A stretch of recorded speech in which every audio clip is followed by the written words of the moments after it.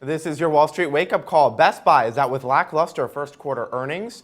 For more, let's bring in Chris BEAUCHAMP, the senior market analyst at IG, based in London. So Chris, Best Buy shares sinking as the company isn't raising its full-year guidance, but it did report flat comparable store sales compared to guidance, which was a 1 to 2% decline. What do you make of the quarter? Well, it's hard to find good news in this most recent filing for Best Buy. I think the fact that the comparatives were flat compared to what we'd been expecting is a small victory at best. But it continues the trend for Best Buy over the last few quarters, really declining earnings and unspectacular performance. It's interesting to note that Best Buy shares, their current level, really trade at the same level they've done since about 1997. Or thereabouts. So really investors have got used to uninspiring performance from Best Buy, and today's quarterly news really just confirms that fact.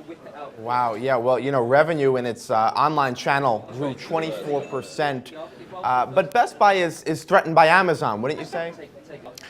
Very much so. In fact, Best Buy has really outperformed the broader retail market in a US environment where the bricks and mortar retailers, the old-fashioned ones, have been very much threatened by the rise of online firms. While Best Buy has been doing well, it looks as if this outperformance is set to come to an end. They're facing margin pressures from these online firms that don't have to pay for bricks and mortar. It's a story that we're familiar with over here in the UK as well, and I think we could start to see that outperformance really start to erode over the next few months as sort of continuing concerns about the health of US retailers, traditional US retailers, continue to worry investors. Now we have a few more retailers to report earnings, but for the most part, it's been a terrible quarter for retail, not including Amazon. Is this a space to avoid, or are there any names you like in this sector? It looks overall as if the retail sector is probably one to avoid, particularly looking at the traditional bricks and mortar firms.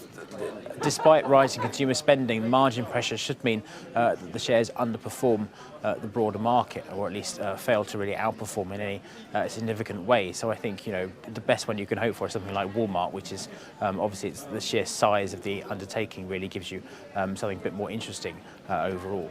And Walmart, of course, was boosted by the consumer staples like groceries. So certainly they were insulated from some of the other headwinds we've been seeing in the retail sector. All right, Chris BEAUCHAMP from IG Markets in London. Chris, thank you very much. Thank you. I'm Scott Gamm, and you're watching The Street.